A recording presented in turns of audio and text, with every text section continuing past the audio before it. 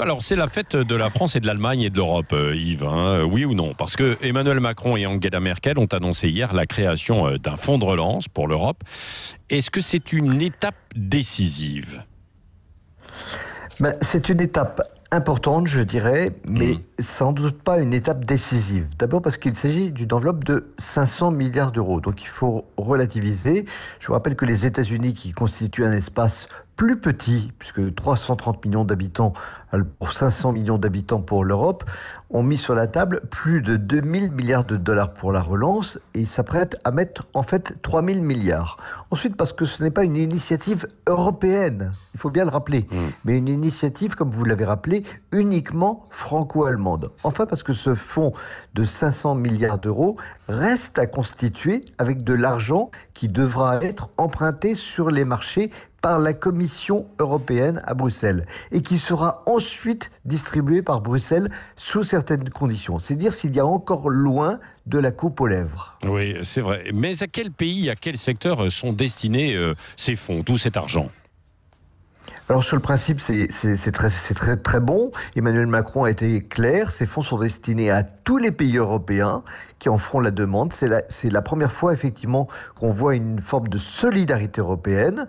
Et ce sera également destiné à construire, alors là, une très vague Europe de la santé, donc dont personne n'a compris vraiment les contours. Donc les priorités accordées seront faites aux régions les plus touchées, comme l'Italie et l'Espagne, avec aussi un fléchage particulier vers des secteurs sinistrés, comme le tourisme, l'automobile, l'aéronautique ou d'autres encore. En fait, ces fonds interviendront selon le même principe que les traditionnelles subventions européennes accordées par Bruxelles.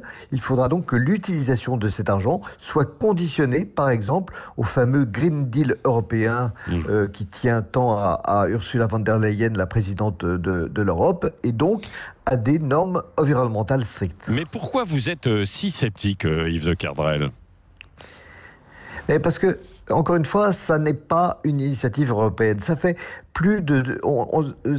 désormais plus de 2 mois que cette crise a commencé et ce plan est en fait le plus petit dénominateur commun acceptable par l'Allemagne. Car ce n'est un secret pour personne que l'Allemagne a bloqué jusqu'ici tous les projets de relance. Et il y a eu 3 réunions fondamentales plus une réunion du Conseil européen.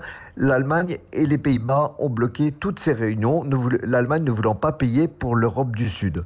Ensuite, tout cela ressemble à une sorte d'aumône faite par l'Allemagne qui, de son côté, a mis à elle seule près de 800 milliards d'euros pour son propre plan de relance. Donc 800 milliards d'euros pour l'Allemagne et 500 milliards, la moitié de 500 milliards d'euros pour ce plan européen, et en fait, l'Allemagne n'en acquittera que 27%, ce qu'a dit Angela Merkel hier lors de la conférence de presse. Oui. Enfin, parce que, comme je le disais, ce n'est pas un projet européen, mais une initiative entre Emmanuel Macron et Angela Merkel. Alors vous me direz, c'est mieux que rien, bien sûr, mais une fois encore, moi j'ai le sentiment que l'Europe a raté son rendez-vous avec l'histoire et surtout avec les Européens. Ah, écoutez, au moins c'est dit.